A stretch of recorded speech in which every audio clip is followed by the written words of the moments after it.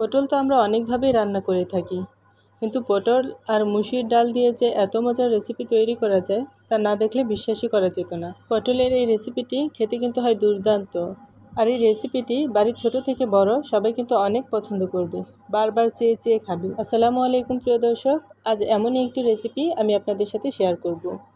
আর পটলের এই রেসিপিটি তৈরির জন্য আমি এখানে 5টি পটল নিয়েছি। তারপর পটলের স্কিনটা একটি ছুরির সাহায্যে এভাবে চেঁচে নিচ্ছি। তারপর পটলের বোটার অংশ আর নিচের অংশ একটু কেটে ফেলে দিচ্ছি। চাচা হয়ে গেলে পটলগুলোকে ভালো করে ধুয়ে নিয়েছি। তারপর একটি ছুরি দিয়ে পটলগুলোকে 2 ভাগ করে নিচ্ছি। এখন একটি চা চামচ দিয়ে আমি পটলের ভিতরে বিচির এই অংশটুকু এইভাবে চেঁচে তুলে নিব। আপনারা খেয়াল করে দেখলে নিশ্চয়ই বুঝতে পারবেন পটলের ভিতরের অংশটুকু আমি কিভাবে তুলে নিলাম। একইভাবে আমি সবগুলো পটলের ভিতরের অংশ তুলে নিয়েছি। পটলের ভিতরের অংশগুলো তুলে আমি এরকম একটা পকেটের মতো তৈরি করে নিয়েছি। এবার পটলের এই পকেটগুলোর উপর সামান্য একটু লবণ আর একটু হলুদের গুঁড়া মাখিয়ে নিব। এভাবে হাত দিয়ে আমি সবগুলো পটলের পকেটের উপর লবণ আর হলুদের গুঁড়াটা মাখিয়ে নিলাম।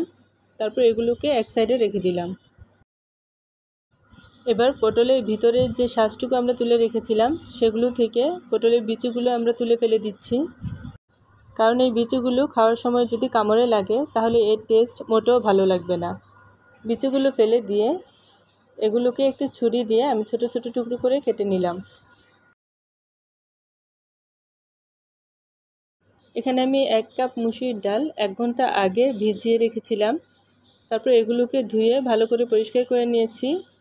এখন এগুলোকে একটি ব্লেন্ডার জারে দিয়ে স্মুথভাবে ব্লেন্ড করে নিয়েছি। এবার ব্লেন্ড করা ডালগুলো আমি একটি বাটিতে তুলে নিচ্ছি। এবার এখানে দিয়ে দিব কাঁচামরিচ কুচি। এই রেসিপিটি একটু ঝালঝাল হলেই কিন্তু খেতে বেশি ভালো লাগে। তারপর দিয়ে দেব পেঁয়াজ কুচি। আমি এখানে 2টি পেঁয়াজ কুচি দিয়েছি স্বাদ অনুযায়ী লবণ আর হাফ চা চামচের মতো হলুদের গুঁড়া, আর দিয়েছি 1 চা চামচের মতো কালো জিরা।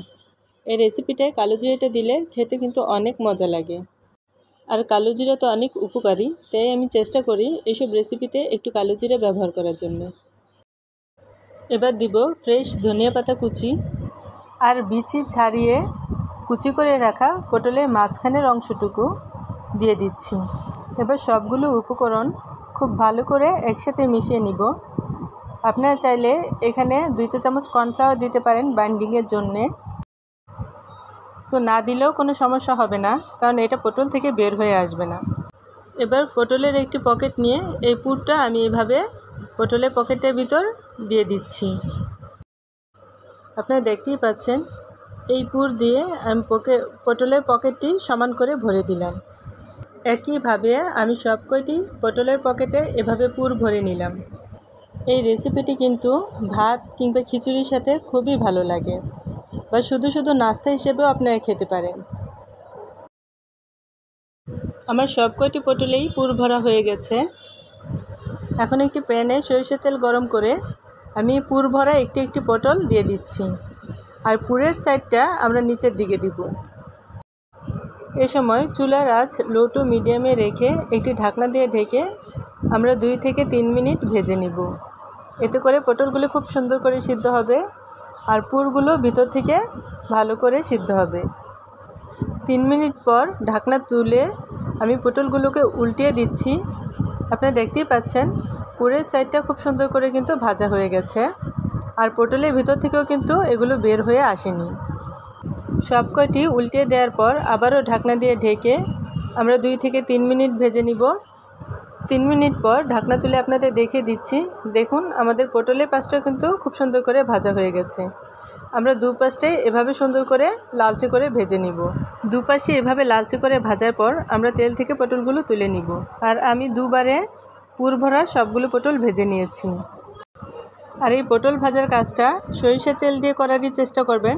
সরিষার তেল দিয়ে পটলগুলো ভেজে নিলে খেতে খুবই মজা হয়। পটল দিয়ে একঘেয়েমি রেসিপি ছেড়ে এভাবে পুর ভরা পটল ভাজাটা ট্রাই করতে পারেন, দেখবেন সবাই খুব পছন্দ করে খাবে আর আপনার অনেক প্রশংসা করবে।